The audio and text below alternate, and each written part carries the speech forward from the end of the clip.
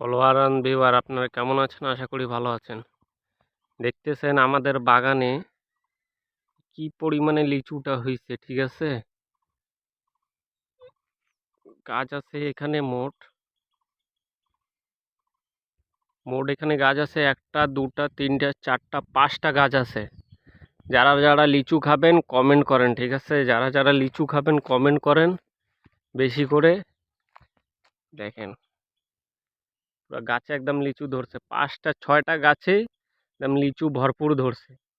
এরকম আরও 4টা বাগান নিছি, ইনশাল্লাহ লিচু আমরা মার্কেটে সেল দিব।